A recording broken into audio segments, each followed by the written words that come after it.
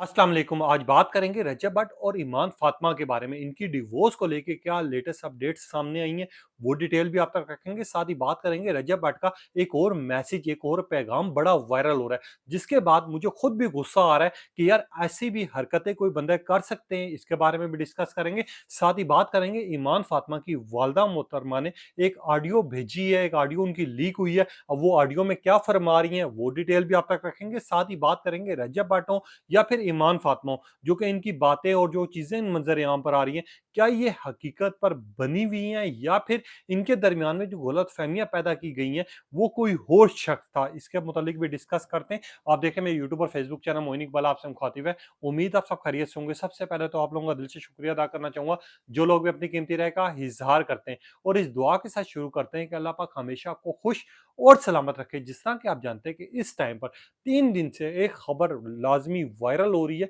जो कि इस टाइम पर रजब भट्ट की डिवोर्स को लेके। मैं रजब भट्ट की डिवोर्स के बाद ईमान को नोटिस चला गया। नोटिस के बाद रजब भट्ट की एक और वीडियो और एक और मैसेज सामने आया है, जिसमें रजब भट्ट ये फरमा रहे हैं कि मैं अपनी शादीशुदा ज़िंदगी को लेके या डिवोर्स के मामलात को लेके आज के बाद सोशल मीडिया पर कोई कैंपेन नहीं चलाऊँगा। ना मैं सोशल मीडिया पर डिबेट करूँगा, ना कोई बात करूँगा और ना ही मैं इसको जो है डिस्कस करूँगा। मैं रजब भट्ट के या फिर उनकी फैमिली वालों से या फिर बाकी सबसे ये पूछना चाहता हूँ, और ये मेरा हक भी है कि रजब भट्ट ने जिस पॉडकास्ट में जाकर अनाउंसमेंट की, जहाँ पर उनके चेहरे पे ना तो कोई इस तरह की परेशानी नज़र आ रही थी, ना कोई उनके चेहरे पे कोई इस तरह के तासुरात थे। उसी पॉडकास्ट में जाके, यानी रेहान तारिक के, जो कि ऑलरेडी कंट्रोवर्सीज़ का बहुत ज़्यादा शिकार रहे हैं और जो हमेशा चाहते हैं कि उनकी पॉडकास्ट में कोई ना कोई ऐसी बात हो, वहाँ पर जाकर इनको क्या ज़रूरत थी अपनी डिवोर्स की अनाउंसमेंट करनी थी। अगर आपने डिवोर्स देना था, आप ऑलरेडी आपके पास एक प्लेटफ़ॉर्म था। अगर आपने खबर ही देनी थी या आपने बहुत बड़ा ऐलान करना था कि मैं डिवोर्स देने जा रहा हूँ, मैं थक चुका हूँ इस शादी से, तो उस पॉडकास्ट में आपको क्या ज़रूरत थी देने की? पहली बात तो ये। दूसरी बात ये कि डिवोर्स हो जाएगी, अलहदा हो जाएँगे, मगर ये भी एक साइड पर अपने आप को समेट लेंगे, ईमान भी समेट लेगी, वो खड़े भी हो जाएँगे। इस सब में जो रुलेगा, वो इनकी अपनी औलाद रुलेगी, जिसका ना तो जिसको बाप का प्यार मिल पाएगा, ना तो माँ का प्यार मिल पाएगा, और जो बच्चा है जिसने अपने माँ-बाप के साथ ज़िंदगी गुज़ारनी थी, वो रुल जाएगा, उसकी परवरिश रुल जाएगी और बड़े होके वो क्या बोलेगा कि यार मेरे माँ-बाप ऐसे थे, मेरे माँ-बाप ने ये सब कुछ किया। आप इस चीज़ को लेके सोचें। दूसरी साइड पर रजब भट्ट कह रहे हैं कि मैं आज के बाद अपने डिवोर्स के मामलात और अपनी जो जितनी भी चीज़ें, वो यहाँ पर डिस्कस नहीं करूँगा, मैं उसको लीगल लेकर चलूँगा, मैं अदालत में जाऊँगा, मैं इंसाफ माँगूँगा और जो चीज़ भी मैंने करनी है, वो मैं कानूनी तरीके से करूँगा। मगर मैं यहाँ पर रजब भट्ट से ये भी पूछना चाहता हूँ कि यार रजब भट्ट, आप जो हैं, आप जिस तरह का फ़ेमस इंसान बन चुके हुए थे, या आपने जो चीज़ें की हैं सोशल मीडिया सार्फिन में रहकर, या जिस तरह अपने आप में अपने घर वालों को लेके या बाकी सब को लेके झगड़ा ज़्यादा किया, वो चीज़ें ठीक थी। अब आपको ये चीज़ का एहसास हो रहा है कि नहीं, मैंने डिवोर्स के मामले में कोई बात नहीं करनी, मैंने अपने घर वालों को एक साइड पे रखना है, मैंने अपनी बेगम को एक साइड पे रखना है और जितने भी डिवोर्स की कार्रवाई होगी, वो मैंने कानूनी तौर पे करनी है। अगर ये आप पहले करते, तो ये जो सोशल मीडिया सार्फिन थे, जो आपके अपने फैंस थे, जो आपको देखते थे, वो आपकी रिस्पेक्ट भी करते, इज्जत भी करते। दूसरी साइड पर ईमान, अगर ईमान की बात की जाए, वो एक लड़की है, उसकी इज्जत है, एक मकाम है, उस अब रजब भट्ट की औलाद भी है, वहां पर उनकी भी बहुत ज्यादा गलती है।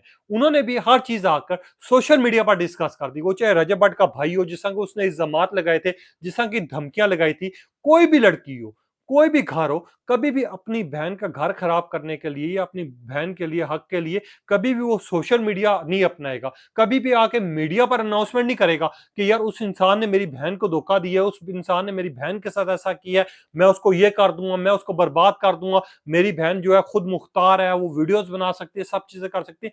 कभी भी कोई इज्जतदार जो है या कोई भी फैमिली मेंबर्स जो है, वो ऐसी चीजें कभी भी सोशल मीडिया का डिस्कस नहीं करते, यहाँ तक कि उनके घर की इज्जत के मामलात होते हैं। होना ये चाहिए था, ये दोनों फैमिलीज बैठती, एक दूसरे के लिए ये जो भी गलतफहमियां थी, जो भी गिले थे, जो भी शिकवे थे, एक दूसरे के आगे रखते कि हाँ भाई, आपके बेटे ने ये किया, हाँ रजब आपने ये किया, मेरी बेटी ने ये किया, हम गलत फहमियों में जो भी पा रहे थे, वो गलत फहमियां खत्म करते हैं।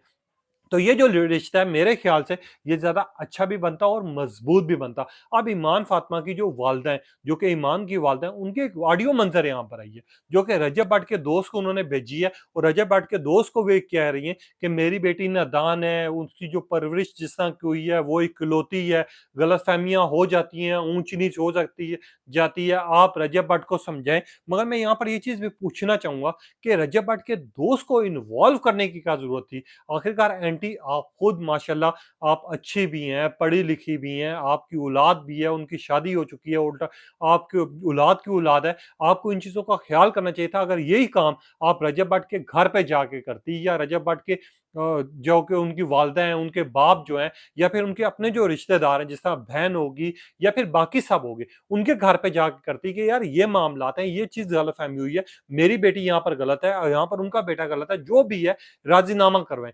रजब भट्ट के दोस्त को इन्वॉल्व करने की क्या ज़रूरत थी? सबसे बड़ा क्वेश्चन यहाँ पर ये उठ रहा है कि रजब भट्ट को के दोस्त को जो ईमान फ़ातिमा की वालिदा ने वॉइस नोट भेजा है, वो आखिरकार क्या ज़रूरत थी? यहाँ पर सबसे बड़ी बेवकूफ़ियाँ इनकी जो दोनों घरों की हैं, वो मैं यहाँ पर यही कहूँगा, ना तो मैं रजब भट्ट को सही कहूँगा, कोई रजब भट्ट भी बहुत ज़्यादा गलत है। ईमान से ज़्यादा जो है रजब भट्ट ने गलत किया है, मैं इस चीज़ को मानता हूँ। मैं यहाँ पर ईमान के घर वालों की भी, ईमान की भी कुछ गलतियाँ थी। अब कुछ अर्सा कबल आपने उसके भाई की धमकियाँ देखी थी, कुछ अर्सा कबल आपने उसके भाई को देखा था, जहाँ पर वो बच्चे को लाकर ये बात कर रहा है कि मेरे चैनल को अगर आपने सपोर्ट करना है, आप लाइक और सब्सक्राइब करें, इससे ये होगा रजब भट्ट के बच्चे की जो है वो खर्चा भी पूरा होगा, आप लोगों का सपोर्ट भी मिलेगा, आप लोगों की हमदर्दियाँ भी मिलेंगी। इससे जिस तरह की बातें की गई हैं, ये करने वाली हैं। अब एक घर है, जहाँ पर मियाँ-बीवी हैं, उनके घर वाले हैं, हमेशा हर घर में मसले और मसाइल होते हैं, परेशानियाँ होती हैं और तलाक तो ऐसी चीज़ है, जिसको मेरे रब ने भी नापसंदीदा करार दिया है। वो भी उस सूरत में देनी चाहिए, जिसमें आपको पता चल जाए कि अब आपके पास कोई ऑप्शन नहीं है और वो भी आपको खामोशी से देनी चाहिए, ना कि आपको आके पूरे मोहल्ले में जश्न करना चाहिए कि हाँ जी, मैं तलाक देने जा रहा हूँ, आज के बाद इस औरत के साथ मेरा कोई ताल्लुक नहीं है। इस तरह की बातें नहीं होनी चाहिए, जो कि इस टाइम पर हमारे माशरे को बहुत ज़्यादा खराब कर रही हैं। अब यही हो रहा है कि रजब भट्ट के घर और उनके फैमिली के जो ताल्लुकात हैं, वो हद से ज़्यादा खराब होने की वजह यही है कि सब चीज़ें जो हैं, चाहे वो छोटी से छोटी चीज़ है, चाहे बड़ी से बड़ी चीज़ है, वो आके सोशल मीडिया पर डिस्कस हो रही हैं और साथ ये भी क्लेम किया जा रहा है, उसने हमें ये दिया, हमने इसको ये दिया, इसने हमारे साथ ये किया, हमने उसके साथ वैसा किया, इसका इसके साथ अफेयर था। ये जिस तरह की चीज़ें डिस्कस हो रही हैं, ये इनका रिश्ता और कमज़ोर कर रही हैं। अब रजब भट्ट ने जिस तरह पहले भी कहा कि मेरी माँ के ऊपर इल्ज़ामात लगाए गए, मेरे बाप को औकात याद दिलाई गई।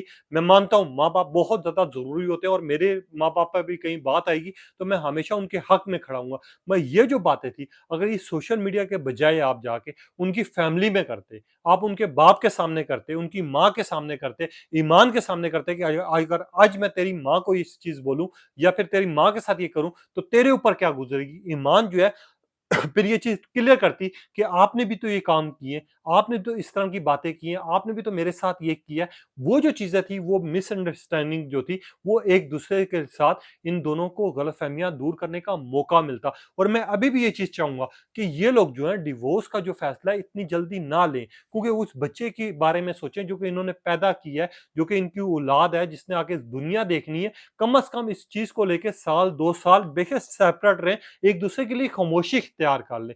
कोई वक़्त जो है अच्छे से अच्छी चीज़ सिखा भी जाता है और बुरे के बुरी चीज़ बता भी जाता है। जब ये खामोश हो जाएँगे, कुछ टाइम के लिए सेपरेट होंगे, जब इनको समझ आएगा, एक-दूसरे के लिए एहसास होगा वो गुस्सा ऐसा चीज़ है जो एक टाइम पर आ जाए तो उसके बाद हमें कुछ नज़र नहीं आ रहा होता सिवाय हमें सिर्फ़ अना के या खुददारी से इसके अलावा कुछ नज़र नहीं आ रहा होता।